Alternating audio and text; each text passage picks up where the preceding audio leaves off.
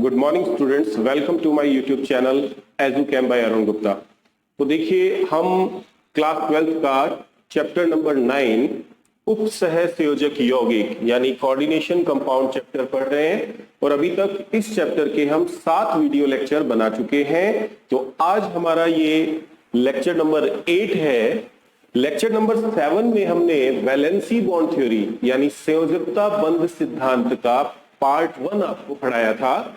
अगर आपने ये वीडियो नहीं देखा है तो डिस्क्रिप्शन में आपको इसका लिंक मिल जाएगा। उस लिंक पे आप क्लिक करके इस वीडियो लेक्चर को देख सकते हैं, क्योंकि जब तक आप पार्ट फर्स्ट नहीं देखेंगे तो आज जो हम पढ़ने जा रहे हैं वो है संयोजकता बंध सिद्धांत वैलेंसी बॉन्ड थ्योरी पार्ट 2। तो ये आपको समझ में नहीं आएगा, तो पार्ट फर्स्ट आप जरूर देखिएगा, तभी आपको पार्ट सेकंड समझ में आएगा। पार्ट सेकंड में valency bond theory, part second में मैं कोऑर्डिनेशन नंबर 6 वाले जितने भी कॉम्प्लेक्सेस हैं, जितने भी संकुल हैं, वो वैलेंसी बॉन्ड थ्योरी के बेस पर एक्सप्लेन करूंगा। तो चलिए स्टार्ट करते हैं। देखिए, वैलेंसी बॉन्ड थ्योरी में जो आपके बोर्ड एग्जाम में क्वेश्चन आएगा, तो आपको क्या किया जाएगा, कोई कॉम्प्लेक्स दिया जाएगा, जैसे फॉर एग्जाम्पल FeCN6 -3, ये कॉम्प्लेक्स आपको दिया गया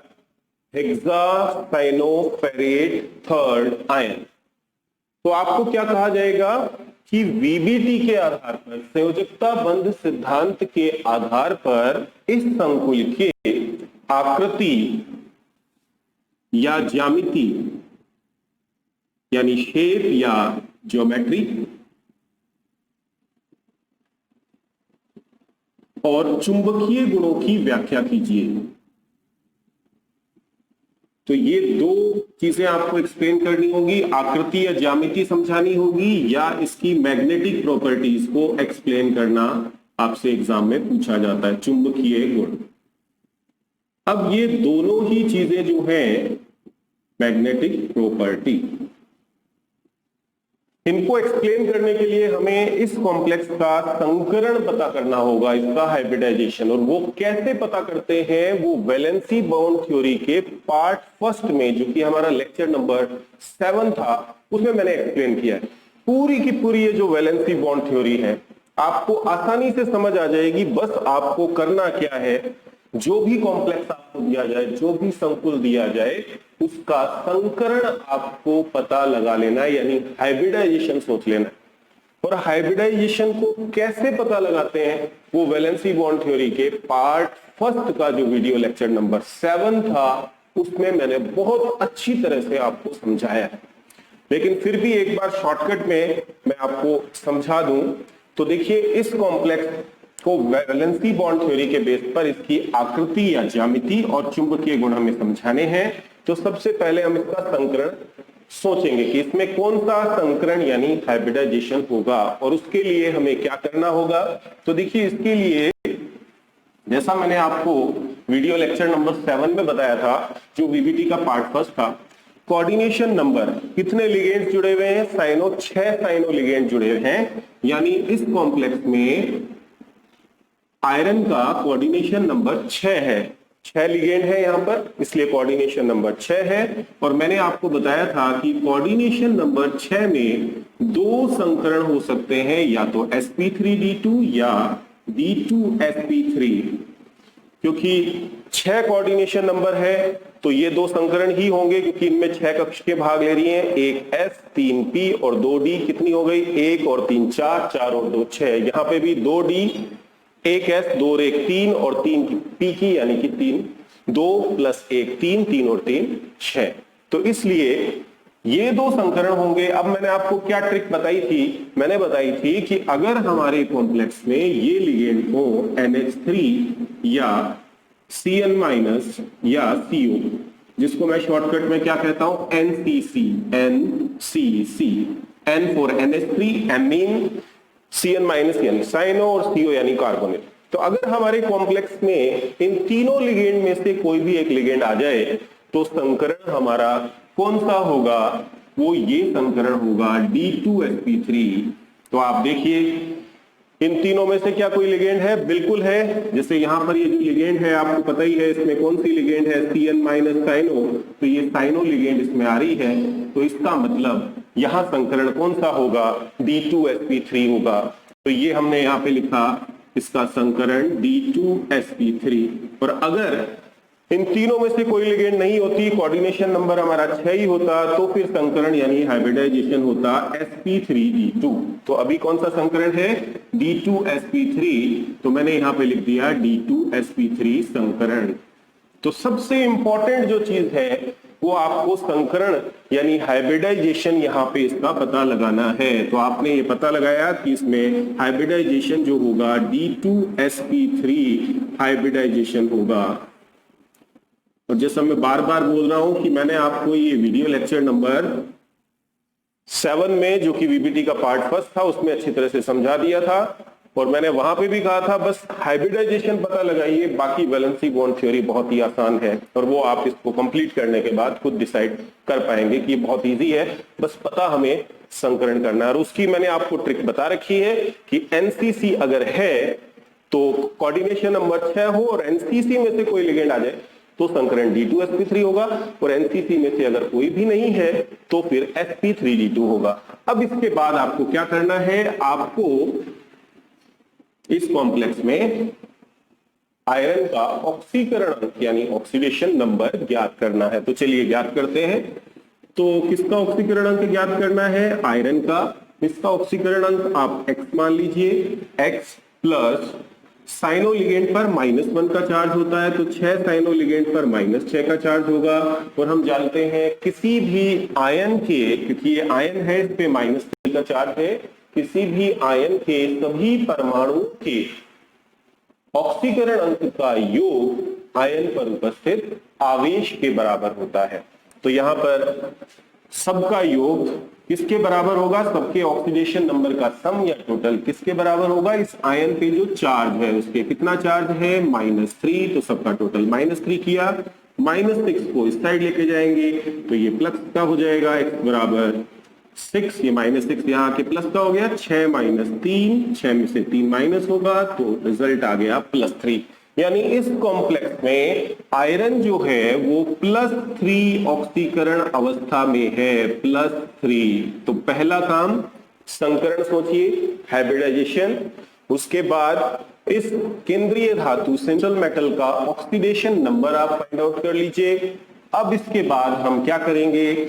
जो भी सेंट्रल मेटल है, जैसे यहां पे केंद्रीय धातु है आयरन, तो आयरन का हम इलेक्ट्रॉनिक कॉन्फ़िगरेशन यानी इलेक्ट्रॉनिक विन्यास लिखेंगे। तो देखिए लिखते हैं आयरन का इलेक्ट्रॉनिक कॉन्फ़िगरेशन। आयरन, तो देखिए आयरन का मैं इलेक्ट्रॉनिक कॉन्फ़िगरेशन शॉर्टकट में लिख रहा हूं। इसका मतलब यहां पे हमने अक्रिय गैस, इनर्ट गैस ऑर्गन की कोर मान ली है। इसका अर्थ ये है 1s2 2s2 2p6 3s2 3p6। आपको पता ही होगा 18 किस तत्व का, किस एलिमेंट का परमाणु क्रमांक है, एटॉमिक नंबर है ऑर्गन का। तो हमने यहां पर इनर्ट गैस की ऑर्गन की कोर ली, तो 1s2 2s2 2p6 3s2 3p6। इस ऑर्गन का मतलब हो गया 1s2 2s2 2p6 3s2 3p6। यानी यहां तक 18 इलेक्ट्रॉन हमने भर दिए। 2 2 4 4 और 6 10, 10 और 2 12, 12 और 6 18। अब आप जानते हैं 3p के बाद इलेक्ट्रॉन किसमें जाता है? 4s में जाता है। तो 4s2, 3p के बाद 4s2, 18 और 2 20, एटॉमिक नंबर 26 है, 6 इलेक्ट्रॉन और रह गए, 18 और 2 20, 6 और भरने। तो 3p के बाद 4s में गया, 4s के बाद इलेक्ट्रॉन जाएगा 3d में, तो 18 और 2 20, 20 और 6 26। यहां पे आपको ये बात भी पता होगी कि देखिए इलेक्ट्रॉन जो है 3p के बाद जा रहा है 4s में और लास्ट में जुड़ा है इस 3d में, लेकिन हमने इलेक्ट्रॉनिक विन्यास में 3d को पहले लिखा है, 4s को बाद में लिखा है। ऐसा क्यों किया है? क्योंकि 3d जो है वो तीसरे कोश की, तीसरी कक्षा या ऑर्बिट की ऑर्बिटल है, जबकि ये चौथे की है। तो तीसरी अंदर होगी और चौथी उसके बाहर होगी।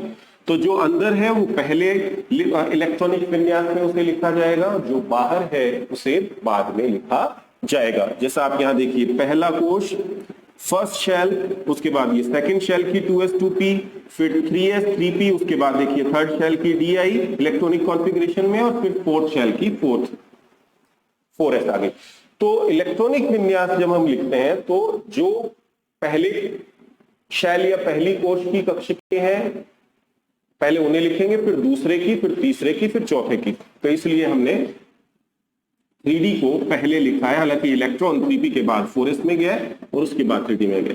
अब देखिए इतना करने के बाद हमें क्या करना है, ये इलेक्ट्रॉनिक कॉन्फ़िगरेशन हमने लिखा, इसके आगे आप 4p0 कर दीजिए, कोई भी कॉम्प्लेक्स हो, क्योंकि ये जो चौथा कोश है, फोर्थ शेल है, इसमें 4p, 4d और 4f सभी रिक्त हैं, खाली है, उनमें इलेक्ट्रॉन नहीं है।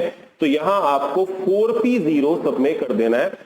4d यहां पे, हालांकि मैं आगे 4d भी रिक्त दिखा सकता था, लेकिन यहां 4d ये कक्षक संकरण यानी हाइब्रिडाइजेशन में भाग नहीं लेगी। अब आप कहेंगे ये कैसे पता लगा आपको, क्योंकि हाइब्रिडाइजेशन संकरण D2sp3 है, और मैंने आपको पार्ट फर्स्ट में वैलेंसी बॉन्ड थ्योरी के पहले ही बताया था कि अगर हाइब्रिडाइजेशन में संकरण में D पहले आती है, पहले D होती है, तो उसका मतलब होता है कि अंदर वाली D कक्षक, जिसे हम n-1d कहते हैं या 3D कक्षक कहते हैं, वो संकरण में भाग लेगी। और D अगर बाद में है तो nd कक्षक संकरण में भाग लेगी। और हमारे सिलेबस में ज्यादातर एग्जांपल्स जो हैं उनमें n की वैल्यू कितनी होगी, 4, तो nd का मतलब होगा 4d।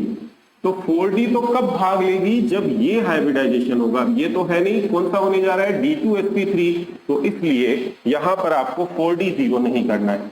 अगर संकरण हाइब्रिडाइजेशन sp3d2 हो तो यहां पे आप 4d0 कर देंगे, लेकिन अगर हाइब्रिडाइजेशन की बिगिनिंग में d आ रहा है तो इसका मतलब है 4d संकरण में हाइब्रिडाइजेशन में भाग नहीं लेगी। कौन सी d भाग लेगी, अंदर वाली d। ये जो 3d है ये अंदर वाली d है, ये देख ही सकते हैं आप, ये अंदर होगी 3d, और ये 4d कहां होगी, बाहर। तो अंदर वाली जब 3d संकरण में भाग लेगी तो उसका पता कैसे लगेगा, जब संकरण की शुरुआत में हाइब्रिडाइजेशन की बिगिनिंग में d आ जाएगा तो ये वाली d भाग लेगी 3d, और हाइब्रिडाइजेशन के बाद में d आएगा तो ये d भाग लेगी। लेकिन अभी हमारा ये हाइब्रिडाइजेशन है तो ये d होगी नहीं, तो आप इसको हटा दीजिए, यानी 4p0 तो सब में होगा। अब d को 0 कब करना है, 4d0 कब लेना है, जब संकरण sp3d2, तो हमारा तो d2sp3 है। तो अब इसके बाद हम क्या करेंगे, आयरन का ऑक्सीकरण अंक देखेंगे, कितना है, +3। तो इसके बाद हम Fe+3 का इलेक्ट्रॉनिक विन्यास लिखेंगे। तो आपको पता है जब भी कैटायन यानी धनायन कैसे बनता है, जब एटम यानी परमाणु इलेक्ट्रॉन त्यागता है। तो कितने इलेक्ट्रॉन इसमें से बाहर निकालेंगे, Fe+3 बनाने के लिए 3 इलेक्ट्रॉन। तो 3 इलेक्ट्रॉन निकालेंगे, तो सबसे पहले सबसे बाहर से ये 2 इलेक्ट्रॉन निकालिए यहां से, और 1 यहां निकाल दीजिए। तो 2 इधर से गए, 1 इधर से गए, 3 इलेक्ट्रॉन निकल गए, Fe+3 बन जाएगा। तो 2 यहां से जाते ही ये खाली हो गई, 4s0, 4p पहले से ही खाली है, और 3d में से 1 इलेक्ट्रॉन निकलते ही ये हो जाएगा 3d5। तो इतनी बात आपको समझ में आई। पहले ही संकरण सोचिए, केंद्रीय धातु का ऑक्सीकरण अंक ज्ञात कीजिए, उसके बाद केंद्रीय धातु का, सेंट्रल मेटल का इलेक्ट्रॉनिक कॉन्फ़िगरेशन लिखिए, फिर धातु जिस ऑक्सीकरण अवस्था में है, जिस ऑक्सीडेशन स्टेट में है, उसका इलेक्ट्रॉनिक विन्यास आप लिख दीजिए। इतना काम करेंगे। अब डी में आपको पता है कितनी ऑर्बिटल्स होती है, 5। तो यहां पर आप 5 ऑर्बिटल्स बनाएंगे, 1 2 3 4 एंड 5। एस में कितनी कक्षकें होती हैं, 1, तो आपने 1 ऑर्बिटल बनाई। पी में कितनी कक्षकें होती हैं, 3, तो यहां पे आपने ये 3 कक्षकें बनाई, 1 2 एंड 3। अब देखिए डी में 5 इलेक्ट्रॉन है, तो 5 इलेक्ट्रॉन हम भरते हैं, 1 2 3 4 एंड 5। तो ये 5 इलेक्ट्रॉन हमने यहां पे भर दिए हैं। अब देखिए, अब इसके बाद हमें पता है कि इस Fe+3 में ये संकरण होने जा रहा है, कौन सा, D2sp3। अब इस D2sp3 में कौन सी डी कक्षक संकरण में भाग लेगी? जो अंदर वाली डी है, यानी 3D कक्षक संकरण में भाग लेगी। और हम ये बात जानते हैं, जब भी कोई संकुल यौगिक या उपसे संयोजक यौगिक बनता है तो क्या होता है? सेंट्रल मेटल, केंद्रीय धातु, आयन या परमाणु की जो भी कक्षकें संकरण में भाग लेती है वो सभी कक्षकें रिक्त होती है या रिक्त होनी चाहिए, क्योंकि तभी लिगेंड उसको अपना इलेक्ट्रॉन पेयर डोनेट करके उसके साथ उपसहसंयोजक बंध यानी कोऑर्डिनेशन बॉन्ड बना पाएगा। तो ये सभी कक्षकें जो भी संकरण में भाग लेंगी उपसहसंयोजक यौगिक बनते समय, वो सभी रिक्त होनी चाहिए, खाली होनी चाहिए। तो यहां पर ये 4s खाली पड़ी है, 4p खाली पड़ी है, लेकिन ये वाली D जो संकरण में यहां भाग लेगी, कितनी D कक्ष के संकरण में भाग लेंगी? 2। तो ये 2 D कक्ष के हमें खाली करनी है। तो आप सोचिए इसको खाली कैसे किया जा सकता है? तो खाली करने के लिए आप 5 इलेक्ट्रॉन जो है उनको D में हुंड के नियम के विपरीत युग्मित कर दीजिए। तो देखिए यहां पर मैं इसका इलेक्ट्रॉनिक कॉन्फ़िगरेशन दोबारा लिखता हूं, Fe+3 इलेक्ट्रॉन के युग्मन के पश्चात इलेक्ट्रॉन के युग्मन के पश्चात तो पेयरिंग करते हैं हम यहां पे। तो देखिए पेयरिंग करेंगे तो ये 3D ऑर्बिटल्स बनाई मैंने, 1 2 3 4 5 ये लिखा है 3D। 4s पहले से ही रिक्त है, पहले से ही खाली है, और ये 4p कक्ष के 4p ऑर्बिटल्स 3 4p की बना दी। ये 4p मैंने यहां लिखा, यहां लिख दिया 4s। अब 5 इलेक्ट्रॉन्स को आप पेयर करेंगे युग्मित, तो 2 इलेक्ट्रॉन यहां हुंड के नियम के विपरीत, 2 इलेक्ट्रॉन यहां, 2 2 4 और ये 5वां इलेक्ट्रॉन। तो अब आप देख सकते हैं ये 2D कक्ष के आंतरिक जो 3D कक्षक है वो खाली हो चुकी हैं। तो अब ये 2D कक्षकें, एक S और 3p आपस में संकरित हो जाएंगी, हाइब्रिडाइज्ड हो जाएंगी, और आसानी से ये संकरण हो जाएगा जो हमने पहले ही सोच रखा है। कौन सा संकरण? D2sp3 संकरण, D2sp3 संकरण। अब इस संकरण से 6 संकरित कक्षकें बनेगी, क्योंकि संकरण में कितनी कक्षकें भाग ले रही हैं? 6, 1 2 3 4 5 6। तो इन संकरित कक्षकों को यहां पे हम बना देते हैं।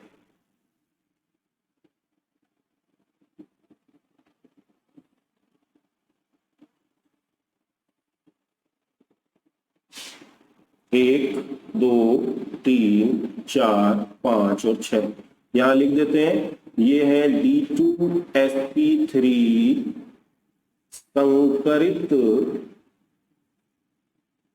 कक्षकें, यानी D2sp3 हाइब्रिडाइज्ड ऑर्बिटल्स। अब प्रत्येक ये जो रिक्त संकरित कक्षक है, प्रत्येक संकरित कक्षक को यहां जो लिगेंड है Cn- अपना लोन पेयर डोनेट करेगी और इसके साथ उपसहसंयोजक बंध बना लेगी, जिसको इस प्रकार से हम दिखाएंगे। Cn-, ये Cn-, ये यहां पे Cn-, ये Cn-, ये Cn-, और इसी प्रकार ये Cn-। ये एरो का साइन कोऑर्डिनेशन बॉन्ड के लिए है, इसने अपना लोन पेयर इसको डोनेट किया है, या कई बार हम यहाँ पे इलेक्ट्रॉन पेयर को 2 क्रॉस बनाते हुए भी दर्शा देते हैं। 2 क्रॉस नहीं बनाया तो आप ये 2 इलेक्ट्रॉन ऐसे भी दर्शा सकते हैं, जैसे भी आपको अच्छा लगे। और अब इस प्रकार फेरिक आयन के साथ 6 साइनो लिगेंड के जुड़ जाने से, ये फेरिक आयन जो है इसके साथ 6 साइनो लिगेंड जब जुड़ जाएंगी तो ये संकुल बन जाएगा इस प्रकार से। ये देखिए, ये जो Fe+3 आयन है इसके साथ 6 साइनो लिगेंड जब जुड़ेंगी तो फेरिक आयन पे चार्ज है +3, 6 साइनो पर हो गया -6।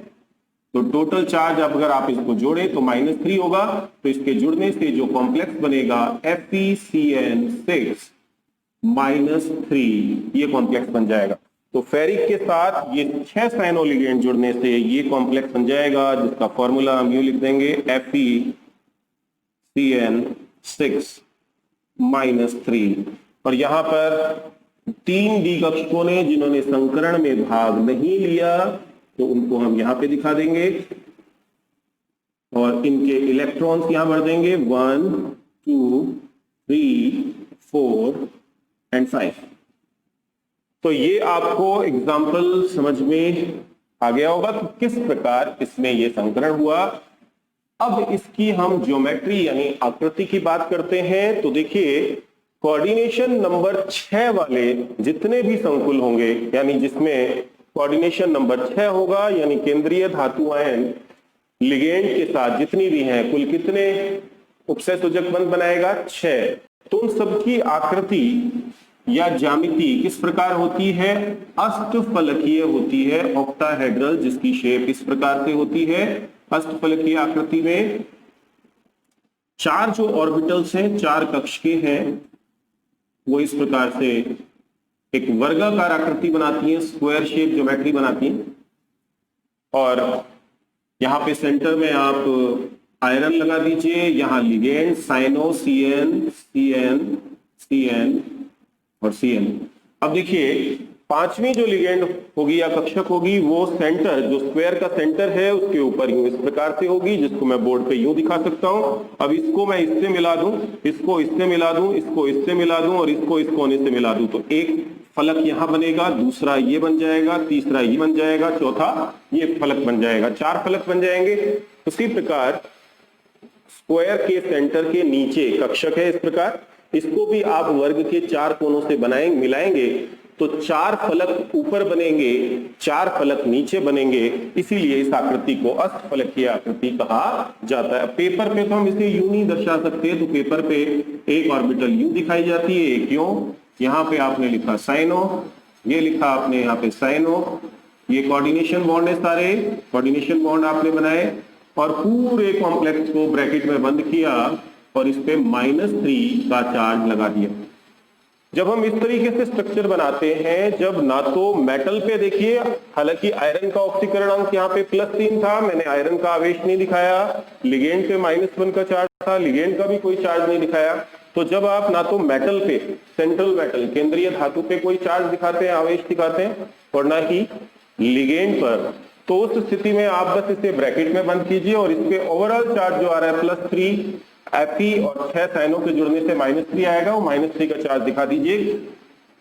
अब ये कॉम्प्लेक्स FeCN6-3, जिसकी आकृति कैसी होगी? अष्टफलकीय, जिसको इंग्लिश में कहा जाता है ऑक्टाहेड्रल। ऑक्टाहेड्रल।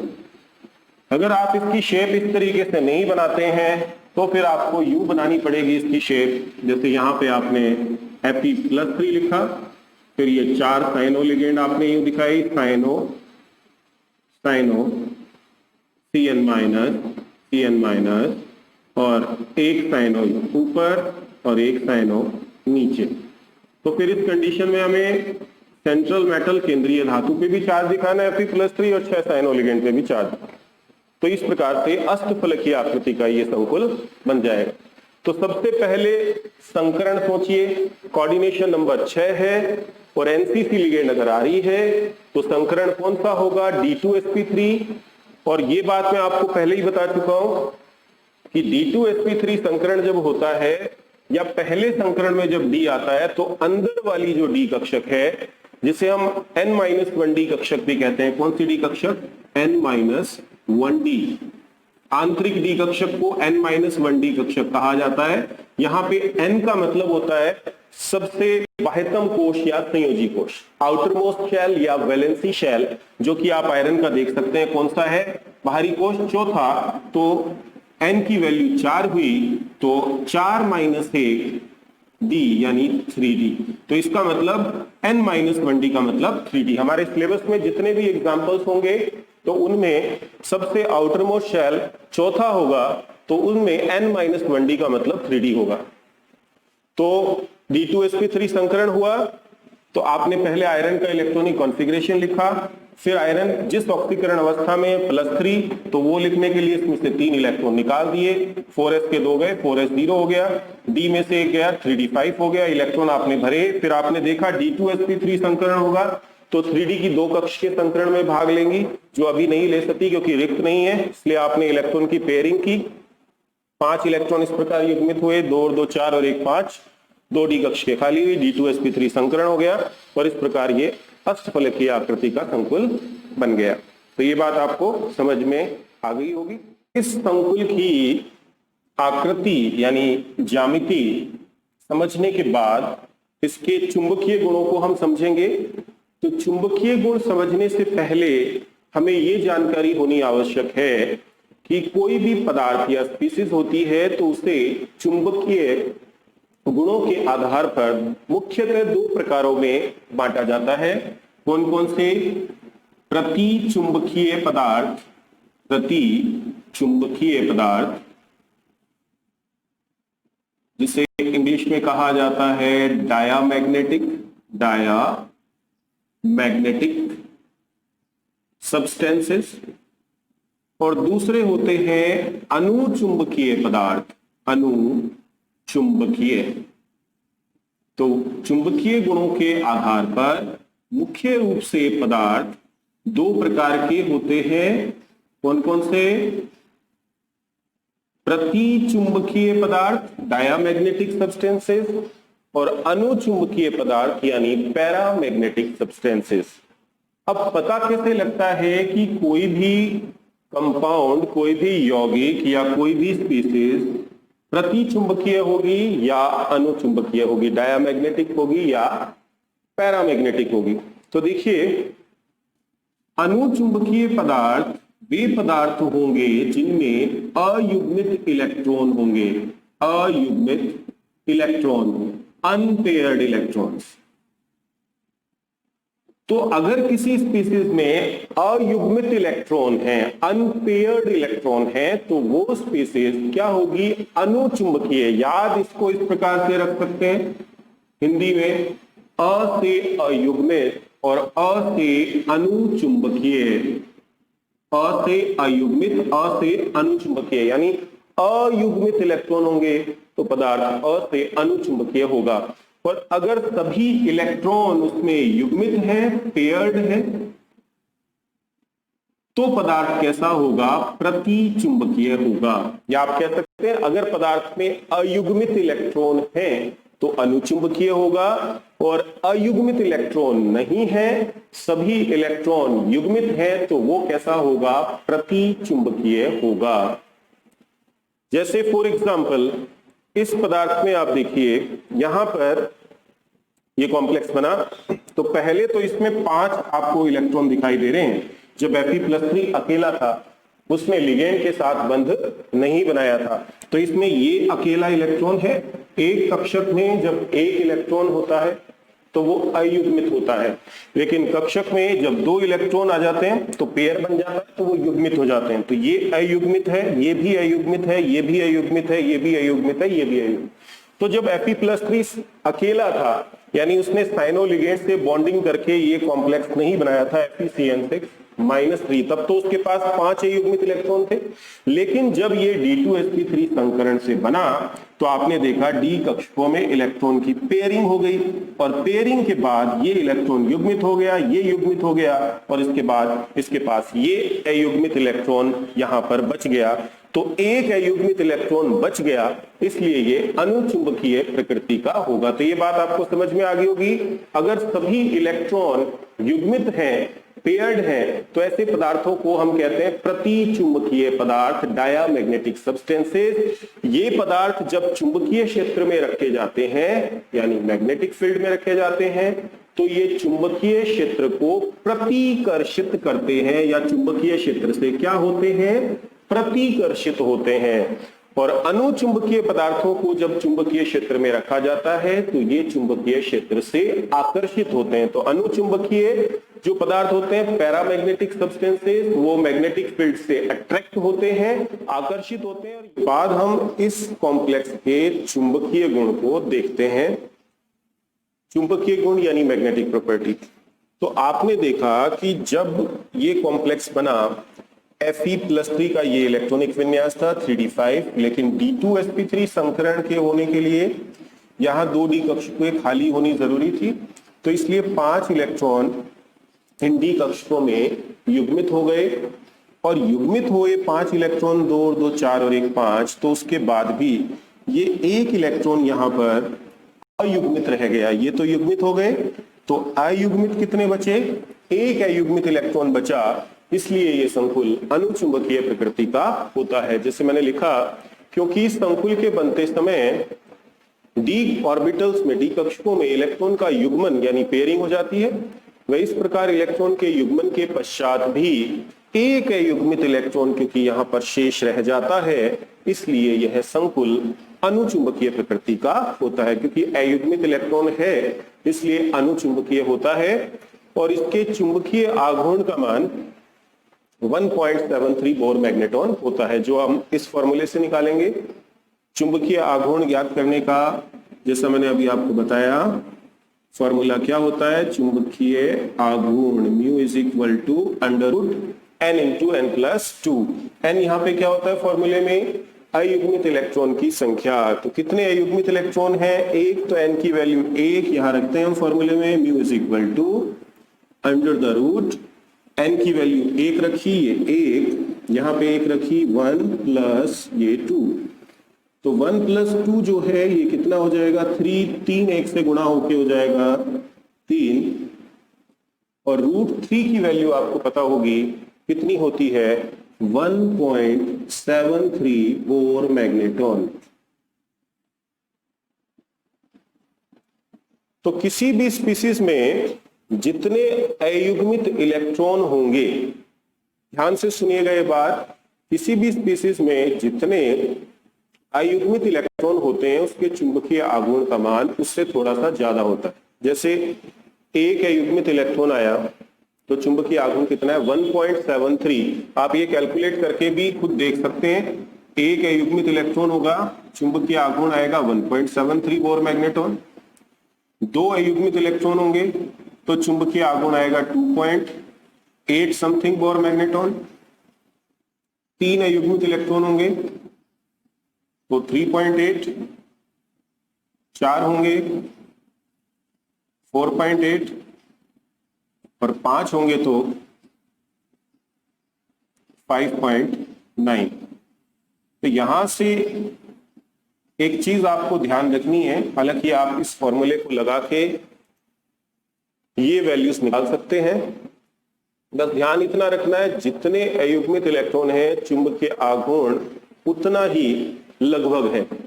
जैसे एक है तो 1 पॉइंट समथिंग यानी 1.73, 2 है तो 2.8, 3 है तो 3.8, 4 है तो 4.8 और 5 है तो 5.9 बोर मैग्नेट। क्योंकि कई बार आपसे कोई क्वेश्चन ऐसे पूछा जाएगा, जैसे आपको कहा कि एक कॉम्प्लेक्स है जिसके चुंबकीय आघूर्ण का मान 2.8 बोर मैग्नेटॉन है, तो बताइए इसमें कितने अनपेयर्ड इलेक्ट्रॉन है, कितने अयुग्मित है? तो आपको पता है जितने अयुग्मित होते हैं चुंबकीय आघूर्ण का मान उतना ही होता है, आगे पॉइंट में कुछ वैल्यू होती है। जैसे 2 है तो 2 पॉइंट समथिंग होगा, 3 है तो 3.8, 4 है तो 4.8, 5 है तो 5.9, 6 है तो 6.9। तो इसलिए आपको पता लग जाएगा अगर चुंबकीय आघूर्ण 2.8 है तो कितने अयुग्मित इलेक्ट्रॉन होंगे? 2, 1.73 है तो कितने होंगे? 1, 3.8 है तो अनपेयर्ड इलेक्ट्रॉन 3 होंगे, 4.8 है तो 4, 5.9 है तो 5। तो ये बात भी आप अच्छी तरह से ध्यान रखिएगा कि चुंबकीय आघूर्ण मैग्नेटिक मोमेंट की वैल्यू के बेस पर हमें ये बताना आना चाहिए कि उस स्पीसीज में कितने अयुग्मित इलेक्ट्रॉन होंगे। तो ये बात भी आप अच्छी तरह से समझ गए होंगे। कुल के चुंबकीय गुण भी अब आप समझ गए होंगे। अब इसमें मैं आपको एक छोटी सी बात वैलेंसी बॉन्ड थ्योरी से रिलेटेड और बताना चाहता हूं, क्योंकि आपने देखा कि इस कॉम्प्लेक्स का निर्माण D2sp3 संकरण से हुआ, और D2sp3 संकरण में क्योंकि D हमने पहले लिखा है, तो जब ये संकरण होता है तो सेंट्रल मेटल जो होती है केंद्रीय धातु, उसकी कौन सी वाली डी कक्षक? अंदर वाली जो डी कक्षक है 3D कक्षक जिसको आप कह सकते हैं, क्योंकि यहाँ पर इस कॉम्प्लेक्स में सबसे आउटर मोस्ट शेल कौन सा है? चौथा, ये यहाँ पे 3d6, ये 4s2 लिखा हुआ था, मिट गया है, 4p0 था ये। तो क्योंकि यहाँ पर आप देख रहे हैं कि आयरन जो था उसका सबसे भारी कोश कौन सा था, चौथा, तो यहाँ पे n की वैल्यू है 4, तो n-1d का मतलब हुआ, n का मान 4 रखिए, 4 - 1 d यानी 3d। और जब बाहर वाली d भाग लेती है तो उसे हम nd बोलते हैं। n का मान यहाँ पे सभी एग्जांपल्स में 4 होगा, तो इसका मतलब हमारा 4d से होगा। तो आंतरिक d कक्षक यानी 3d कक्षक, बाह्य d कक्षक आउटर d ऑर्बिटल 4d होंगे। तो अगर संकरण में d पहले लिखा हो, जैसे d2sp3 संकरण या dsp3 संकरण या dsp2 संकरण, हमारे सिलेबस में ये तीन ही टाइप के हाइब्रिडाइजेशन इस प्रकार के देखने को मिलेंगे। तो संकरण में d अगर पहले लिखा है तो उसका मतलब ये है कि संकरण में अंदर वाली d ने भाग लिया, 3d ने भाग लिया। और अगर d बाद में लिखा हो, जैसे मान लो हाइब्रिडाइजेशन लिखा होता है किसी कॉम्प्लेक्स में हो sp3d2, तो उसका मतलब होगा संकरण में कौन सी d ने भाग लिया है, 4d ने भाग लिया, बाहर वाली d। तो जो भी ये संकरण होंगे d2sp3, dsp3 या dsp2, तो इन कॉम्प्लेक्स के बनते समय केंद्रीय धातु आयन सेंट्रल मेटल की आंतरिक डी कक्षक, जिसे हम n-1d भी कक्षक भी कहते हैं, इनर n-1d ऑर्बिटल या 3d कक्षक संकरण में भाग लेती है। तो ऐसे कॉम्प्लेक्सेस को यहां बोला जाता है आंतरिक कक्षक संकुल। क्या बोला जाता है? आंतरिक कक्षक संकुल, इनर ऑर्बिटल कॉम्प्लेक्स। क्यों बोलते हैं इन्हें आंतरिक कक्षक संकुल? क्योंकि इन संकुलों के बनते समय केंद्रीय धातु परमाणु या केंद्रीय धातु आयन की आंतरिक डी कक्षक संकरण में भाग लेती है। आंतरिक डी कक्षक जिसे हम कहते हैं n-1d कक्षक। और हमारे सिलेबस में जितने भी एग्जांपल्स हैं, जैसा मैंने आपको बताया, वहां n का मान कितना है? 4 है। तो n अगर 4 होगा तो n की वैल्यू 4 रखी, 4 - 1d यानी n-1d का मतलब होगा 3d कक्षक। तो इन संकुलों के बनते समय केंद्रीय धातु आयन की आंतरिक डी कक्षक n-1d कक्षक या 3d कक्षक संकरण में भाग लेती है, इसलिए इन्हें आंतरिक कक्षक संकुल कहा जाता है। Because at the time of formation of these complexes, inner n-1d orbital takes part in hybridization, therefore these complexes are known as inner orbital complex। तो याद रखना बहुत आसान ही रहेगा। आंतरिक कक्षक संकुल कौन से होंगे? जो d2sp3, dsp3 या dsp2 संकरण से हाइब्रिडाइजेशन से बनेंगे। यानी जिनके हाइब्रिडाइजेशन में d पहले आ गया, उनमें अंदर वाली d ही संकरण में भाग लेगी, n-1d ही संकरण में भाग लेगी, आंतरिक डी कक्षक उनके संकरण में भाग लेगी, इसलिए उन्हें आंतरिक कक्षक संकुल कहा जाता है। अब यहां इनका एक नाम और है इनर ऑर्बिटल कॉम्प्लेक्सेस का, वो है चक्रण युग्मित संकुल। चक्रण युग्मित संकुल। चक्रण का मतलब स्पिन, युग्मित का मतलब पेयर्ड और संकुल का मतलब कॉम्प्लेक्स। स्पिन पेयर्ड कॉम्प्लेक्स इन्हें क्यों कहा जाता है? क्योंकि ज्यादातर केसेस में हम देखते हैं जब ये इस प्रकार के संकुल बनते हैं जिनमें आंतरिक डी कक्षक संकरण में भाग लेती है, तो क्या होता है, डी कक्षकों में इलेक्ट्रॉन की पेयरिंग हो जाती है। जैसे आपने देखा यहाँ 5 इलेक्ट्रॉन पहले अलग अलग थे और बाद में क्या हुआ, डी कक्षकों में इलेक्ट्रॉन की पेयरिंग हो गई, यानी कि जो इलेक्ट्रॉन की स्पिन पहले यहाँ पे अनपेयर्ड थी, अयुग्मित थी, वो युग्मित हो गई। तो स्पिन की पेयरिंग हुई इलेक्ट्रॉन की, इसलिए इनको चक्रण युग्मित संकुल भी कहा जाता है। तो ये बात भी आपको समझ में आ गई होगी कि आंतरिक कक्षक संकुलों को चक्रण युग्मित संकुल भी कहा जाता है। अब इनका एक नाम और है निम्न चक्रण संकुल यानी लो स्पिन कॉम्प्लेक्स। तो इन्हें लो स्पिन कॉम्प्लेक्स क्यों कहा जाता है? देखिए, लो स्पिन कॉम्प्लेक्स कहने के पीछे कारण ये है क्योंकि जब ये एक संकुल बनते हैं तो क्या होता है, डी कक्षकों में इलेक्ट्रॉन का युग्मन हो जाता है। जैसे आप यहां देख रहे हैं, यहां कितने अयुग्मित इलेक्ट्रॉन थे जब युग्मन नहीं हुआ था? तो 5 अयुग्मित इलेक्ट्रॉन थे, लेकिन जब पेयरिंग हो गई तो कितने अनपेयर्ड इलेक्ट्रॉन रह गए? केवल 1। तो ऐसा होने से क्या हुआ, इसके चुंबकीय आघूर्ण का मान कम हो गया।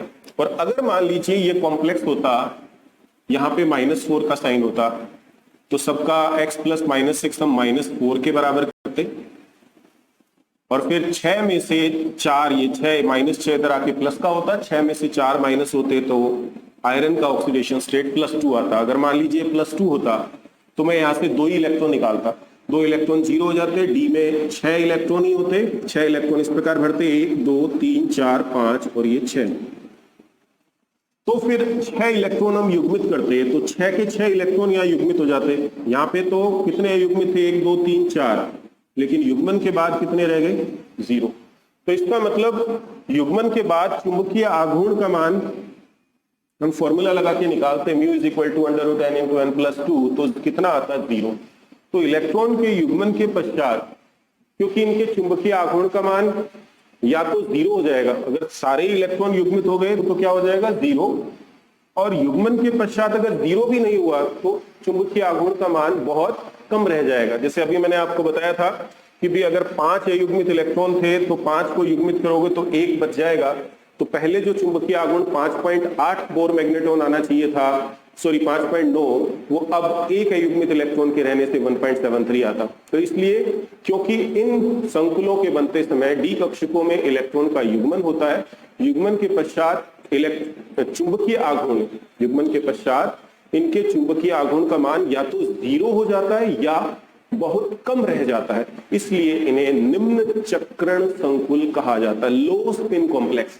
क्योंकि यहां पे कॉम्प्लेक्स था, एक बार दोबारा मैं इसको -3 एक बार कर दूं तो ये यहाँ पे सबका योग -3 के बराबर, 6 - 3, ये +3, आयरन +3 ऑक्सीडेशन स्टेट, तो ये 3 इलेक्ट्रॉन निकले, 2 इधर से 1 इधर से, हो गया 3d5, ये 5 इलेक्ट्रॉन, और ये यहाँ पे 2 और 2 4 और 1 5 इलेक्ट्रॉन। तो यहाँ पे 5 इलेक्ट्रॉन थे, तो यहाँ पे जो है वो हाई स्पिन स्टेट है, क्योंकि 5 अयुग्मित इलेक्ट्रॉन है तो हर इलेक्ट्रॉन की स्पिन +½ +½ +½ +½ और +½ है। तो आप सबको जोड़ेंगे तो हाई स्पिन स्टेट आएगी, लेकिन यहाँ पे इस इलेक्ट्रॉन की स्पिन +½ है तो इसकी -½ है। आपको पता है एक इलेक्ट्रॉन क्लॉकवाइज स्पिन करता है, उसकी स्पिन होती है +½ इसकी -½ इसकी +½ इसकी -½ और इसकी रहेगी +½ तो ये +½ से -½ कट गया, +½ से -½ कट गया, तो स्पिन कितनी रह गई, केवल +½ और जब यहाँ पे +½ +½ +½ +½ और +½ तो इसको आप जोड़ेंगे तो ये हो जाएगी 1, ये हो जाएगी 2 और ये हो जाएगी 2.5। तो यानी कि यहाँ पे हाई स्पिन स्टेट है और यहाँ पे पेयरिंग होने से इलेक्ट्रॉन की स्पिन स्टेट जो होगी वो क्या होगी, लो स्पिन स्टेट होगी।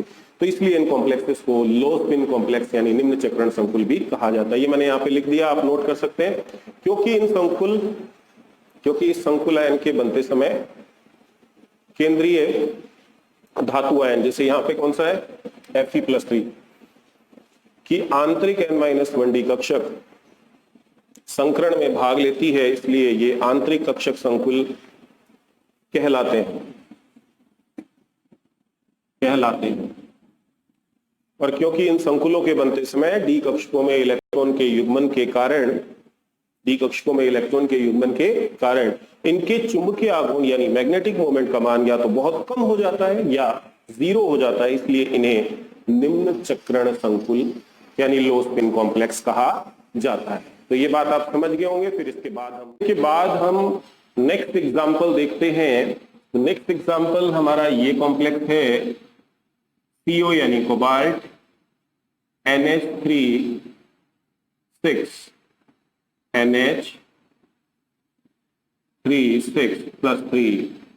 यानी hexammine cobalt third ion, hexammine cobalt third ion. अब इसकी आकृति और चुंबकीय गुणों को वैलेंसी बॉन्ड थ्योरी के बेस पर हम एक्सप्लेन करेंगे। तो सबसे पहला काम, इसका संकरण सोचिए। संकरण कैसे सोचेंगे, कितनी लिगेंड है, 6, यानी कोऑर्डिनेशन नंबर यहाँ पे 6 है। तो कौन से संकरण हो सकते हैं, sp3d2 या d2sp3। पता कैसे लगेगा दोनों में से कौन सा होगा, क्या NCC लिगेंड आ रही है, NCC का मतलब NH3Cn- या CO। तो बिल्कुल कौन सी लिगेंड है इन तीनों में से, NH3। तो जब NCC होगी तो मैंने आपको क्या बताया, अंदर वाली D यानी 3D संकरण में भाग लेगी, तो फिर उस स्थिति में कौन सा संकरण होगा, D2sp3। तो इसमें संकरण कौन सा होगा, जो हमारा फर्स्ट एग्जांपल था उसी की तरह D2 sp3 हाइब्रिडाइजेशन। अब आप कोबाल्ट का ऑक्सीकरण अंक निकालिए। तो कोबाल्ट का ऑक्सीकरण अंक x माना, NH3 पर कोई चार्ज नहीं होता, तो x + 0 बराबर सबका योग आयन पर उपस्थित आवेश के बराबर +3, तो x बराबर +3, यानी इस कॉम्प्लेक्स में आयरन जो है वो +3 ऑक्सीकरण अवस्था में है। तो आयरन का ऑक्सीडेशन नंबर कितना है इसमें? +3। तो सबसे पहले हम कोबाल्ट का इलेक्ट्रॉनिक विन्यास लिखेंगे। 18 तक ये ऑर्गन हो गया,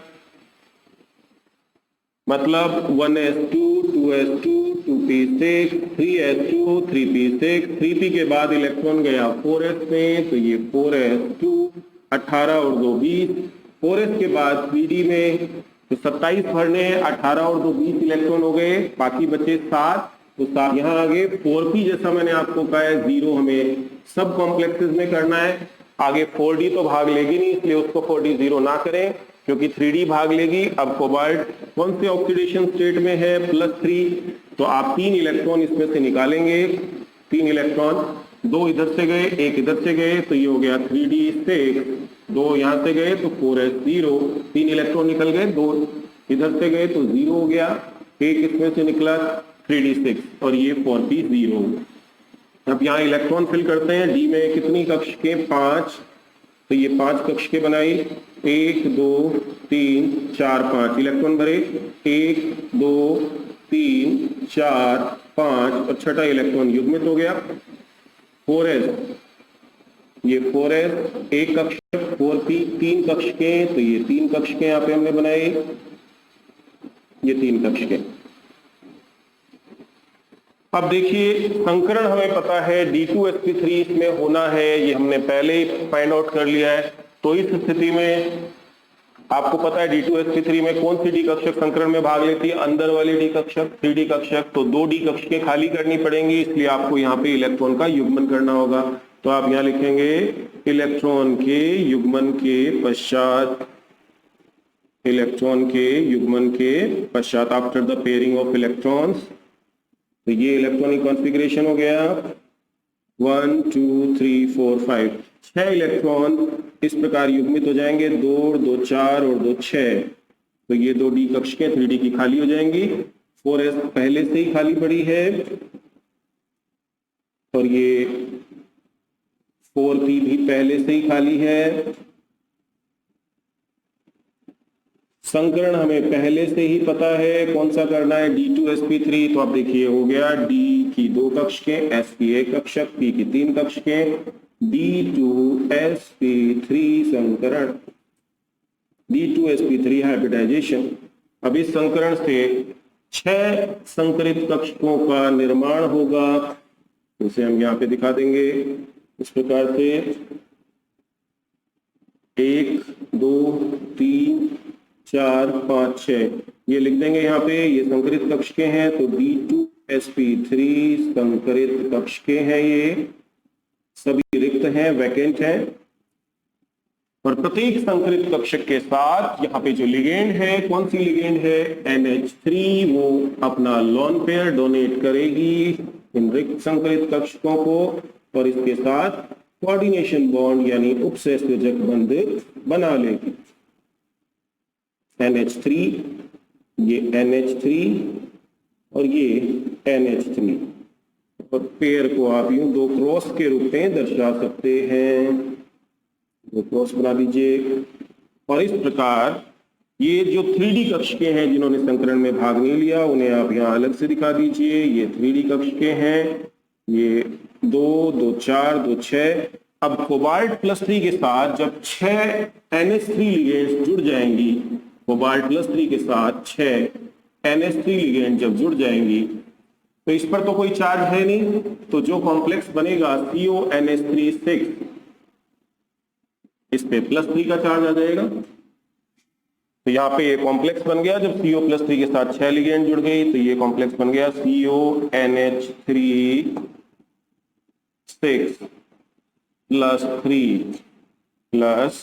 +3 अब इस कॉम्प्लेक्स की शेप भी अष्टफलकीय होगी इस प्रकार से, जिसके आप इसको बनाएंगे कोबाल्ट, ये 4 ऑर्बिटल्स 4 कक्षीय वर्गाकार आकृति बनाएगी, एक ऊपर होगी एक नीचे, सेंटर में कोबाल्ट, यहां NH3 NH3 NH3 NH3, इसको एक बार मैं मिटा देता हूं, कंफ्यूजन होगा नहीं तो आपको। ये NH3 और ये NH3, पूरे कॉम्प्लेक्स को ब्रैकेट में बंद कीजिए और ओवरऑल जो इस पे चार्ज है कितना है +3, तो वो +3 का चार्ज आप इस पे लगा दीजिए। ये कॉम्प्लेक्स बना CO NH3 6+3, और जो कि कैसी आकृति है इसकी, अष्टफलकीय यानी ऑक्टाहेड्रल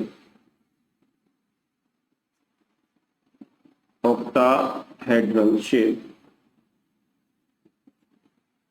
अब अगर हम इसके चुंबकीय गुणों की बात करें, मैग्नेटिक प्रॉपर्टीज, तो जैसा कि मैंने अभी आपको समझा ही दिया है कि इस कॉम्प्लेक्स में आप देखिए, ये यहां पे कॉम्प्लेक्स बना, कॉम्प्लेक्स में देखना है, ध्यान रखिएगा, कोबाल्ट +3 में मत देख लीजिएगा कि इसमें तो 4 इलेक्ट्रॉन पड़े हैं अयुग्मित, तो आपको यहां देखना है जब कॉम्प्लेक्स बना, तो कॉम्प्लेक्स बनते समय डी कक्षक में ये 6 इलेक्ट्रॉन युग्मित हो गए। युग्मन के पश्चात आप देख सकते हैं 2 यहाँ पे भी पेयर, यहाँ पे भी पेयर, यहाँ पे भी पेयर, तो इसके पास कोई भी अयुग्मित इलेक्ट्रॉन नहीं है, इसलिए यह कैसा होगा, प्रतिचुंबकीय प्रकृति का होगा, प्रतिचुंबकीय प्रकृति होगी इसकी। और इसे आप अगर लिखना चाहें तो आप इस प्रकार लिखेंगे कि क्योंकि इस संकुल आयन के बनते समय डी कक्षकों में इलेक्ट्रॉन का युग्मन हो जाता है और इलेक्ट्रॉन के युग्मन के पश्चात इसमें कोई भी अयुग्मित इलेक्ट्रॉन शेष नहीं बचता है, इसलिए ये संकुल प्रतिचुंबकीय प्रकृति का होता है, यानी कि डायामैग्नेटिक नेचर का होता है। और इसके चुंबकीय आघूर्ण का मान, चुंबकीय आघूर्ण आप जानते हैं, इसका फॉर्मूला होता है μ = √n × n+2। तो n यहां पर क्या है, अयुग्मित इलेक्ट्रॉन की संख्या, तो अयुग्मित इलेक्ट्रॉन जब नहीं होंगे तो चुंबकीय आघूर्ण का मान कितना आएगा, 0, यानी प्रति चुंबकीय पदार्थों के चुंबकीय आघूर्ण का मान कितना होता है, 0। और चुंबकीय आघूर्ण को कैलकुलेट करने का ये फॉर्मूला होता है μ = √n × n+2। तो क्योंकि इस संकुल के बनते समय डी कक्षकों में इलेक्ट्रॉन का युग्मन हो जाता है और युग्मन के पश्चात इसमें कोई भी अयुग्मित इलेक्ट्रॉन शेष नहीं रहता है, इसलिए यह प्रतिचुंबकीय प्रकृति का होता है। तो ये बात आपको समझ में आ गई होगी। एक छोटी सी बात और मैं आपको इसमें समझाना चाहूंगा, वो ये कि ये जो संकुल है CONH3 6+3 कौन से संकरण से बन रहा है, D2sp3। और ये बात भी मैं आपको समझा चुका हूं, कोई भी कॉम्प्लेक्स यदि वो इन संकरण से बनेगा DsP2 या DsP3 या D2sp3, यानी संकरण में पहले डी आ जाए, पहले ही डी आ जाए, तो उसका मतलब होगा कि ये संकुल किस प्रकार का संकुल है, आंतरिक कक्षक संकुल है, आंतरिक कक्षक संकुल या निम्न चक्रण संकुल है। इस बात को मैं डिटेल में पहले ही अच्छी तरह से एक्सप्लेन कर चुका हूं। अब क्यों है, अगर आपसे पूछा जाए ये आंतरिक कक्षक संकुल क्यों है, इनर ऑर्बिटल कॉम्प्लेक्स क्यों है, तो क्योंकि आप देख सकते हैं इस संकुल के बनते समय केंद्रीय धातु आयन कोबाल्ट +3 की आंतरिक 3D कक्षक संकरण में भाग लेती है, अंदर वाली डी कक्षक संकरण में भाग लेती है, जिसे हम n-1D कक्षक भी कहते हैं। पर क्योंकि यहाँ पर जो सबसे बाह्यतम कोश होता है, संयोजी कोश, वो n होता है। यहाँ पे n तो अयुग्मित इलेक्ट्रॉन की संख्या थी चुंबकीय आघूर्ण में, लेकिन यहाँ पे इस n का मतलब है सबसे बाह्यतम कोश। तो बाह्यतम कोश यहाँ पे चौथा है, तो n का मान यहाँ 4 होगा, तो n-1D 4-1D का मतलब होगा 3D। तो किस प्रकार का संकुल है ये, आंतरिक कक्षक संकुल है, क्योंकि इसके बनते समय कोबाल्ट प्लस 3 जो केंद्रीय धातुएं हैं ना, उसकी आंतरिक डी कक्षक 3D कक्षक संकरण में भाग लेती है, इसलिए ये आंतरिक कक्षक संकुल है। और क्योंकि इस संकुल के बनते समय 3D कक्षकों में इलेक्ट्रॉन के युग्मन के पश्चात इसमें कोई भी अयुग्मित इलेक्ट्रॉन शेष नहीं रहता है, जिससे इसके चुंबकीय आघूर्णन 0 हो जाता है, शून्य हो जाता है, इसीलिए हम इसे निम्न चक्रण संकुल भी कहते हैं। जैसा मैं आपको पहले ही एक्सप्लेन कर चुका हूं कि आंतरिक कक्षक संकुल को निम्न चक्रण संकुल भी कहा जाता है। तो ये बात भी आप अच्छी तरह से समझ गए हो। तो इसके बाद देखिए हम नेक्स्ट एग्जाम्पल जो लेने जा रहे हैं वो है ये कॉम्प्लेक्स CO यानी कोबाल्ट, F6 यानी फ्लोरो या फ्लोराइडो, और इस पर चार्ज है -3। तो ये जो संकुल है वैलेंसी बॉन्ड थ्योरी के बेस पर हम इसकी ज्योमेट्री यानी कि ज्यामिति और इसके मैग्नेटिक प्रॉपर्टीज यानी चुंबकीय गुण को एक्सप्लेन करेंगे। तो चलिए स्टार्ट करें। तो देखिए सबसे पहला काम हमें क्या करना है, जैसा मैंने आपको बताया, इसका हाइब्रिडाइजेशन सोचिए। कोऑर्डिनेशन नंबर 6 लिगेंड है, तो कोऑर्डिनेशन नंबर 6 में या तो ये हो सकता है जो कि मैं आपको पहले ही वीडियो लेक्चर नंबर 7 में समझा चुका हूं, sp3d2 या d2sp3। अब पता कैसे लगेगा दोनों में से कौन सा होगा? तो देखिए क्या इसमें जो लिगेंड है, लिगेंड कौन सी है? लिगेंड यहां पर है F-। तो क्या NCC में से कोई लिगेंड है? क्या NH3 है? नहीं। क्या साइनो है? नहीं। क्या कार्बोनिल है? नहीं। तो इन तीनों लिगेंड में से जब कोई भी लिगेंड नहीं है तो इसका मतलब ये हाइब्रिडाइजेशन तो नहीं होगा, क्योंकि ये कब होता है? जब NCC होती है। तो इन तीनों में से कोई नहीं है तो ये नहीं होगा। फिर कौन सा हाइब्रिडाइजेशन होगा? sp3d2 होगा। तो आपने सबसे पहला काम बस इतना सही काम करना है, बाकी सब कुछ इजी है। हाइब्रिडाइजेशन सोच लेना है, संकरण sp3d2 हाइब्रिडाइजेशन, ये आपने लिख दिया sp3d2 हाइब्रिडाइजेशन। अब इसके बाद क्या करेंगे? वही सबसे पहले जो सेंट्रल मेटल है उसका ऑक्सीडेशन नंबर निकालिए। कौन है? कोबाल्ट। तो X plus F minus ligand होती है जिस पर -1 का चार्ज होता है, तो 6 पे हो गया -6, सबका टोटल आयन पर जो चार्ज है उसके बराबर -3, -6 इधर आके प्लस का हो जाएगा। तो X इज इक्वल टू +6, ये माइनस का 6 इधर आके प्लस का हो जाएगा, 6 - 3, तो ये हो गया +3।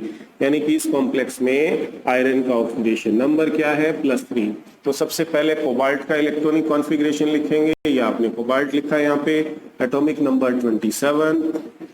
तो 18 तक तो ये ऑर्गन हो गया, 1s2 2s2, इसका मतलब 1s2 2s2 2p6 3s2 और 3p6। 3p के बाद इलेक्ट्रॉन 4s में जाएगा, तो ये 4s, थोड़ा सा आगे लिख देता हूं मैं इसको, ये हो गया 4s2, यानी 18 और 2 20, बाकी कितने बचे? 7 इलेक्ट्रॉन, तो ये 3d हो गया 7। जैसा मैंने आपको कहा 4p, तो आपको सब कॉम्प्लेक्सेस में यहाँ पे 0 यानी कि वैकेंट, उसे रिक्त दिखाना ही है। अब क्योंकि इसमें संकरण है sp3d2, तो d बाद में आ रहा है, तो कौन सी d ने संकरण में भाग लिया है? 4d ने, बाहर वाली d ऑर्बिटल ने। और अगर d2sp3 होता था तो कौन सी डी भाग लेती थी? अंदर वाली डी, जिसे मैं 3d बोलता हूं यहाँ पे, और बाहर वाली डी कौन सी? यानी 4d। तो अब यहाँ पर क्योंकि sp3d2 है, डी बाद में आ रहा है, तो इस हाइब्रिडाइजेशन में कौन सी डी भाग लेगी? 4d। तो आपको यहाँ पर अब 4d0 लिखना है, तो मैंने यहाँ पे 4d0 लिख दिया। अब कोबाल्ट जिस ऑक्सीडेशन स्टेट में है, किस में है? +3, तो इसका इलेक्ट्रॉनिक कॉन्फ़िगरेशन लिखेंगे। तो 3 इलेक्ट्रॉन आप इसमें से निकालिए, 2 इलेक्ट्रॉन यहां से गए, 1 यहां से, हो गए 3, तो ये हो गया 3d6 4s0 4p0 और 4d पहले यहां पे 0 है, तो यहां इलेक्ट्रॉन फिल कीजिए। d में 5 ऑर्बिटल्स बनाइए, 5 कक्षें, 1 2 3 4 5 इलेक्ट्रॉन भरिए, 1 2 3 4 5 और ये 6। s में एक कक्षक होती है, एक ऑर्बिटल, ये 4s बनाया आपने, 4p, तो ये 4p बनाया आपने। 3 ऑर्बिटल्स और डी में कितनी होती है 5, तो ये 5 ऑर्बिटल्स आपने बनाई 1 2 3 4 एंड 5। अब देखिए अब संकरण कौन सा होना है sp3d2, जिसमें कौन सी डी भाग लेगी, क्या ये भाग लेगी, नहीं, बाहर वाली डी यानी कि 4d तो पहले से ही खाली पड़ी है, तो यहाँ युग्मन इलेक्ट्रॉन्स का नहीं होगा, क्योंकि जो ऑर्बिटल्स हमें चाहिए, जो कक्षकें हमें चाहिए वो पहले से ही खाली है। तो ये देखिए पहले से ही खाली है, s p की 3 और ये d की 2, 6 ही कक्षकें हमें चाहिए। ये हाइब्रिडाइजेशन हमने पहले ही सोच लिया है, तो ये हाइब्रिडाइजेशन हो गया, एक s3p sp3 और d की 2, तो d2 sp3d2 हाइब्रिडाइजेशन यानी sp3d2 संकरण। अब इस संकरण में कितनी कक्षकों ने भाग लिया 6, तो ये 6 संकरित कक्षकें बनेंगी, जिसे आप इस प्रकार से बना देंगे, ये 1 2 3 4 5 और 6 यहां लिख देंगे। sp3d2 संकरित कक्षकें, sp3d2 हाइब्रिड ऑर्बिटल्स।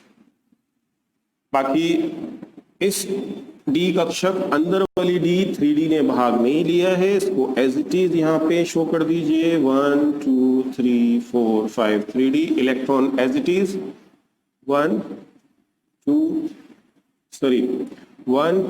3 4 5 और ये हो गया पेयर। अब देखिए अब लिगेंड इसमें है F माइनस, तो ये F माइनस लिगेंड इन रिक्त संकरित कक्षकों को अपना लोन पेयर देकर इसके साथ कोऑर्डिनेशन बॉन्ड यानी उपसर्जक बंध बना लेगी, जिससे 6 कोऑर्डिनेशन बॉन्ड बन जाएंगे। और ऐसा होने से कोबाल्ट +3 के साथ ये लोन पेयर को आप यूं 2 क्रॉस से भी दिखा सकते हैं, हालांकि जरूरी नहीं है। तो ये इलेक्ट्रॉन पेयर को शो करता है, यहाँ पे ऐसे नहीं दिखाएं तो ये तो इस तरीके से दिखा सकते हैं। अब कोबाल्ट +3 के साथ 6 फ्लोराइड आयन जुड़ गए कोऑर्डिनेशन बॉन्ड से, तो देखिए इस पे +3 का चार्ज था, इस पे -6, 6 पे -6 तो सम हुआ -3, तो इसके जुड़ने से ये कॉम्प्लेक्स बन जाएगा COF6-3। और आप जानते ही हैं कि sp3d2 या d2sp3 संकरण से जो भी स्पीसीज बनती है हाइब्रिडाइजेशन से, उसकी जो आकृति होती है वो ऑक्टाहेड्रल यानी अष्टफलकीय होती है, और इस आकृति को, इस शेप को हम इस प्रकार से बना सकते हैं, इस प्रकार से। तो सेंटर में सेंट्रल मेटल कोबाल्ट, यहाँ पे लिगेंड फ्लोरो या फ्लोराइडो फ्लोराइडो फ्लोराइडो फ्लोराइडो फ्लोराइडो। अब देखिए यहाँ पे मैंने ना तो चार्ज दिखाया है कोबाल्ट पर जो कि +3 था, ना लिगेंड पर। तो जब आप ना तो मेटल पे चार्ज दिखाएं और ना ही लिगेंड पर, तो उसका में आपको क्या करना होता है, बस आप ब्रैकेट में बंद कीजिए और इस पर ओवरऑल चार्ज लगा दीजिए -3। और अगर आप ऐसे नहीं करते तो फिर आप यूं भी कर सकते थे, कोबाल्ट +3, फिर आपको मेटल पे भी चार्ज दिखाना होता और लिगेंड पे भी, ये fluoride fluoride fluoride F minus और F माइनस, फिर आप ऐसे दिखाते इसकी स्ट्रक्चर को। पर अगर आप ओवरऑल चार्ज लगाते हैं इस पर, तो ना तो आप मेटल पे चार्ज दिखाइए ना ही लिगेंड पर। अब इसकी शेप कैसी है, COF6-3 की अष्टफलकीय यानी ऑक्टाहेड्रल। तो 6 लिगेंड कोबाल्ट +3 की संकरित कक्षकों के साथ कोऑर्डिनेशन बॉन्ड उपसर्जक बंध बनाएगी, तो ये अष्टफलकीय आकृति का ये कॉम्प्लेक्स बन जाएगा। तो इसकी ज्योमेट्री आपको यहाँ पे समझ में आ गई होगी। अब आपने देखा कि जो भी कॉम्प्लेक्स sp3d2 संकरण से बनेगा, यानी जिसमें बाहर वाली डी भाग लेगी, तो ये पहले से ही रिक्त है।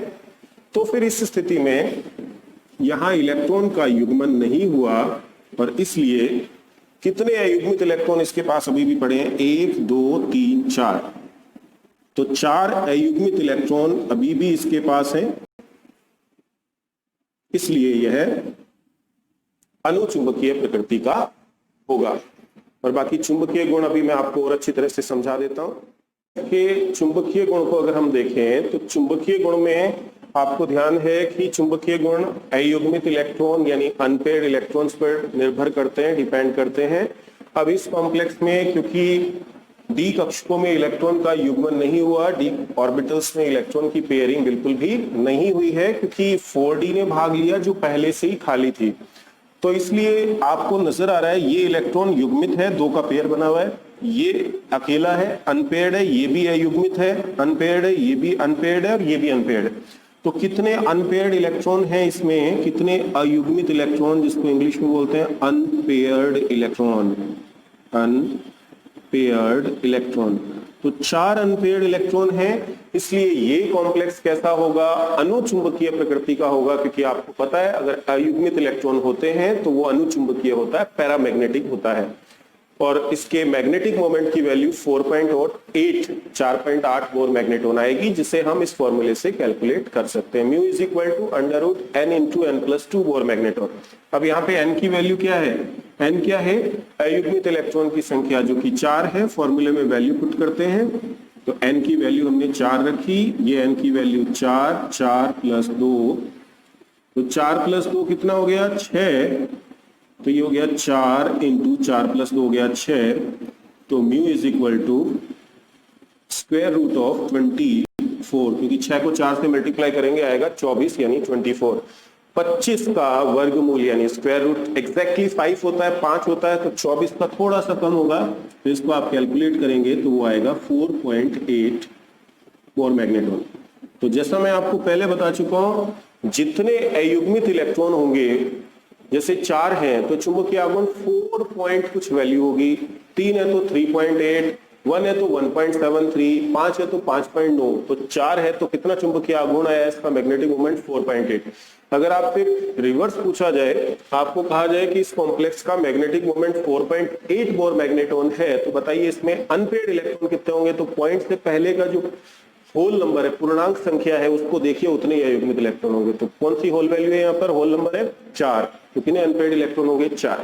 अब इसमें एक बात और मैं आपको बताना चाहता हूं कि ये जो कॉम्प्लेक्स है, इस कॉम्प्लेक्स के बनते समय कौन सी डी ऑर्बिटल ने, कौन सी डी कक्षक ने संकरण में भाग लिया, 4d, या बाहर वाली डी कक्षक ने संकरण में भाग लिया, जिसे हिंदी में हम कहते हैं बाह्य डी कक्षक, आउटर डी ऑर्बिटल।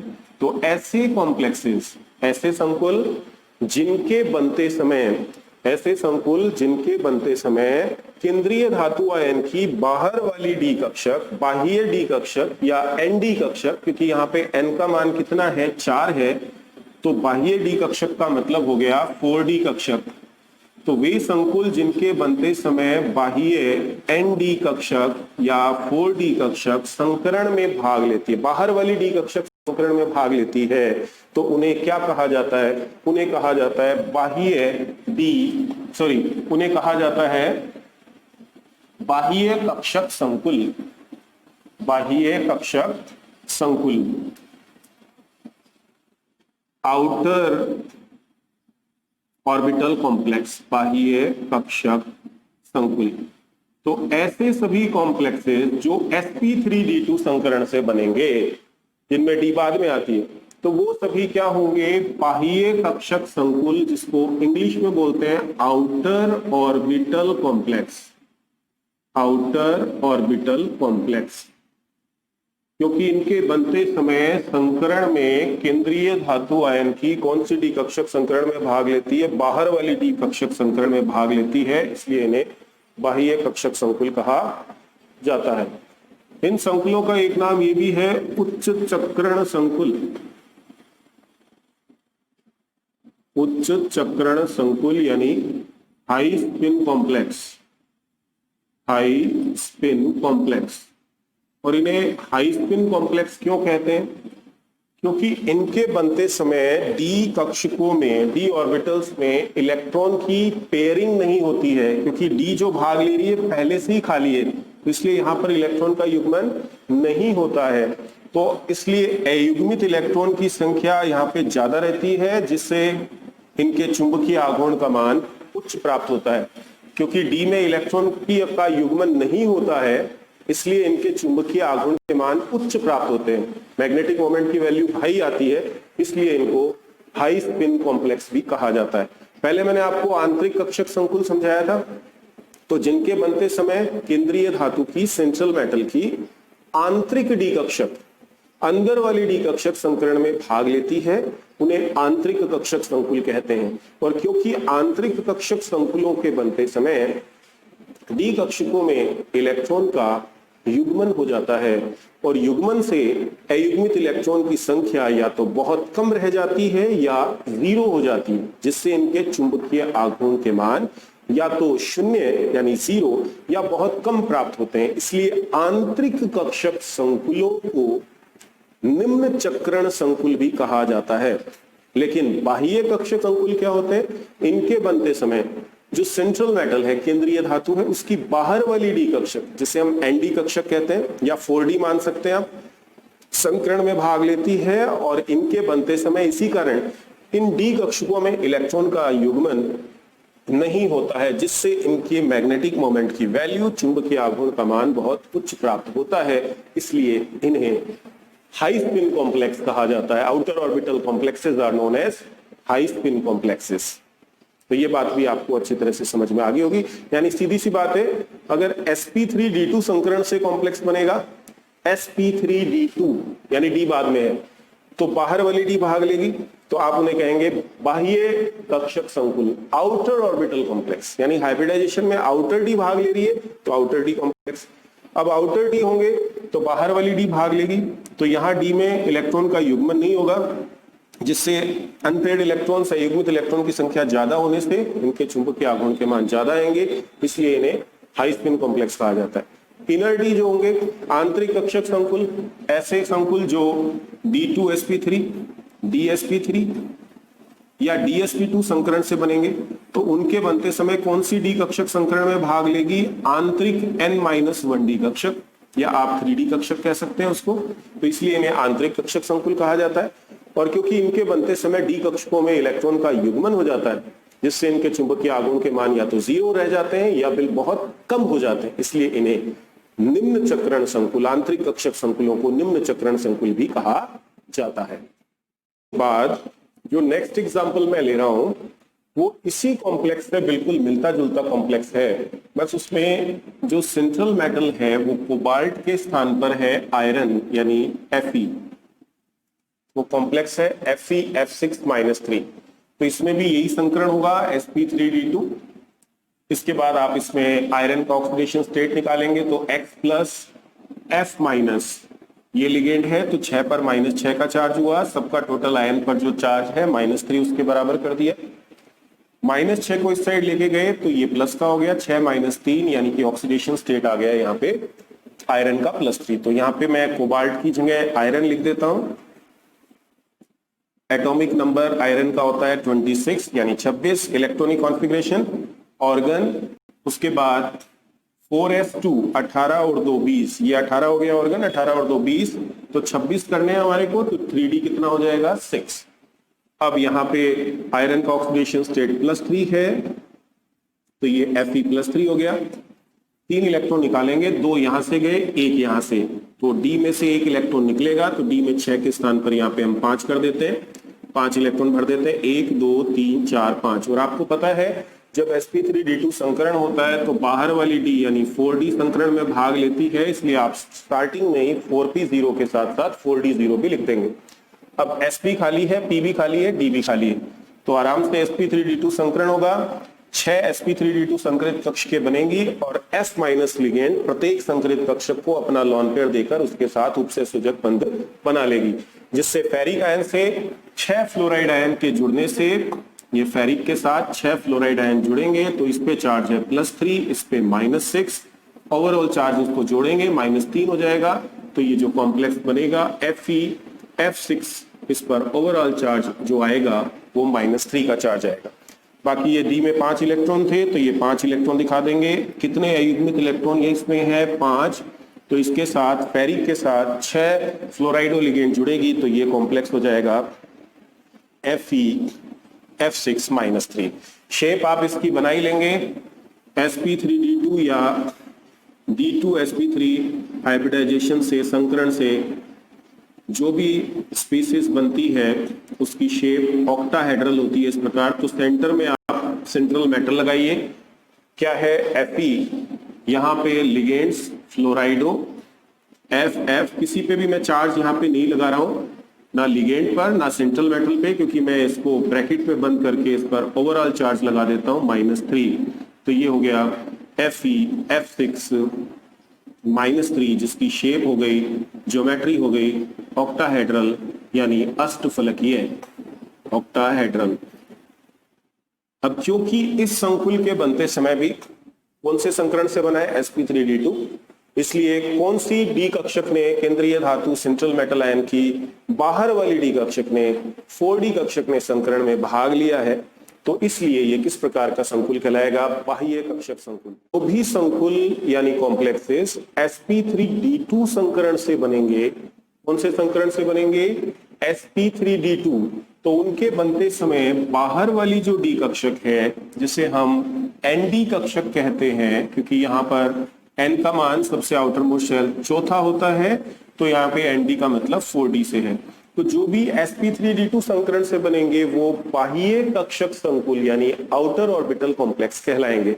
तो वे संकुल जिनके बनते समय केंद्रीय धातु की सेंट्रल मेटल की बाह्य डी कक्षक आउटर डी ऑर्बिटल संकरण में भाग लेती है, बाह्य डी कक्षक संकरण में भाग लेती है, तो उन्हें बाह्य कक्षक संकुल कहा जाता है। क्योंकि हम जानते हैं कि इन कॉम्प्लेक्सेस के बनते समय इन डी कक्षकों में इलेक्ट्रॉन की पेयरिंग, इलेक्ट्रॉन का युग्मन नहीं होता है, क्योंकि जो डी भाग ले रही है वो पहले से ही रिक्त है, वैकेंट है।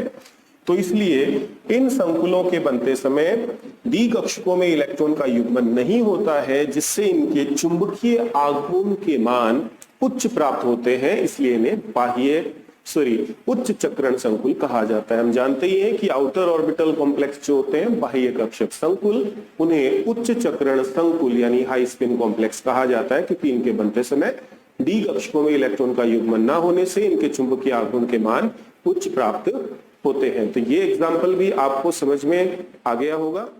कॉम्प्लेक्स के चुंबकीय गुणों पे हम चर्चा करते हैं।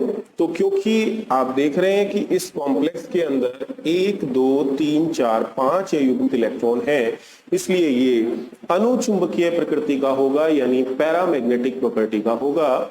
और इस फॉर्मूले से mu is equal to √n × n+2 Bohr magneton, अगर मैं इसका मैग्नेटिक मोमेंट निकालता हूं, चुंबकीय आघूर्ण, तो आपको निकाल के दिखाता हूं। Mu is equal to √n × n+2, ये हमारा फॉर्मूला है। ध्यान रखिएगा n+2 है, n+1 नहीं। कई बार बहुत से बच्चों में कंफ्यूजन हो जाता है, वो n+1 समझ लेते हैं, n+2 है। तो अयुग्मित इलेक्ट्रॉन 5, n का मान 5 रखिए, तो ये n का वैल्यू मैंने 5 रखी, यहाँ पे n की वैल्यू 5, तो ये +2 हो गया। 5 + 2 कितना होगा, 7। तो 5 × 7 कितना हो गया, 35। तो 36 का वर्गमूल हम जानते हैं 6 होता है। √36 इज एक्जैक्टली 6, तो 35 का लगभग 5.9 बोर मैग्नेटॉन आ जाएगा। तो ये इसके मैग्नेटिक मोमेंट की वैल्यू हो जाएगी। कितना आया इसका मैग्नेटिक मोमेंट, 5.9।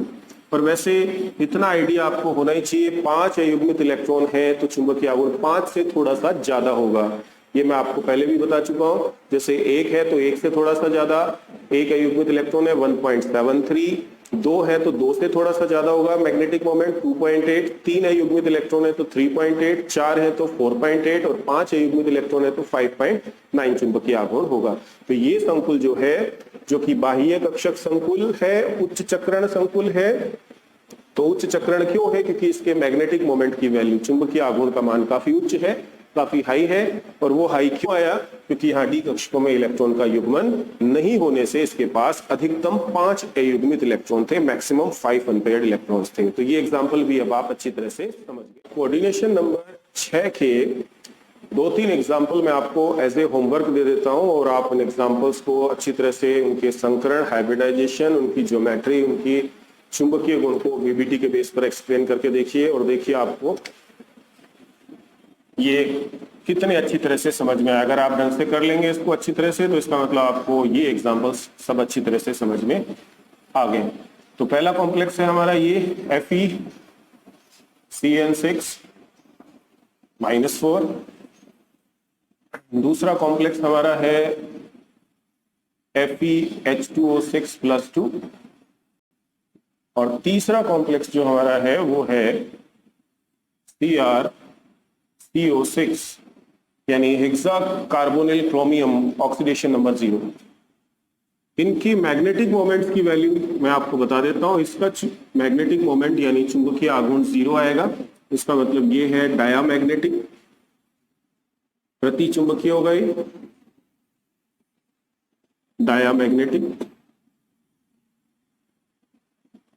इसके मैग्नेटिक मोमेंट की वैल्यू 4.8 बोर मैग्नेटोन आएगी, क्योंकि इसमें आप देखेंगे 4 आपको अनपेयर्ड इलेक्ट्रॉन दिखाई देंगे, इसलिए ये भी पैरामैग्नेटिक होगा, अनुचुंबकीय होगा। और ये जो कॉम्प्लेक्स है CrCO6, इसका भी आप देखेंगे मैग्नेटिक मोमेंट 0 आएगा, यानी कि ये भी कैसा होगा, प्रति चुंबकीय यानी डायामैग्नेटिक। बस आपको इनके संकरण सोचने हैं कि इसमें किसमें sp3d2 होगा और किसमें d2sp3। बाद में आप एक्सप्लेन करेंगे तो मैग्नेटिक प्रॉपर्टीज आपके सामने आ ही जाएंगे। में आपने कोऑर्डिनेशन नंबर 6 वाले सभी कॉम्प्लेक्सेस जो कि sp3d2 या d2sp3 संकरण से बनते हैं, VBT के बेस पर मैंने उनकी आकृति और चुंबकीय गुणों को आपको समझाया और ये भी समझाया कि आंतरिक कक्षक संकुल जो d2sp3 संकरण से बनते हैं वो संकुल होते हैं, क्योंकि उनके बनते समय केंद्रीय धातु आयन की आंतरिक डी कक्षक संकरण में भाग लेती है। और जो sp3d2 संकरण से बनते हैं वो बाह्य कक्षक संकुल है, क्योंकि उनके बनते समय केंद्रीय धातु आयन की बाहरी एनडी कक्षक संकरण में भाग लेती है।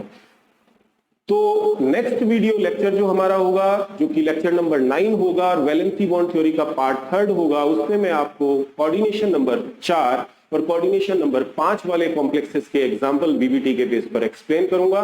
वैलेंसी बॉन्ड थ्योरी की हम कमियां देखेंगे और बोर्ड एग्जाम्स में आए हुए इस टॉपिक से क्वेश्चंस भी हम डिस्कस करेंगे। तो thank you so much for watching my video. If you like my video, please subscribe my channel. Thank you so much.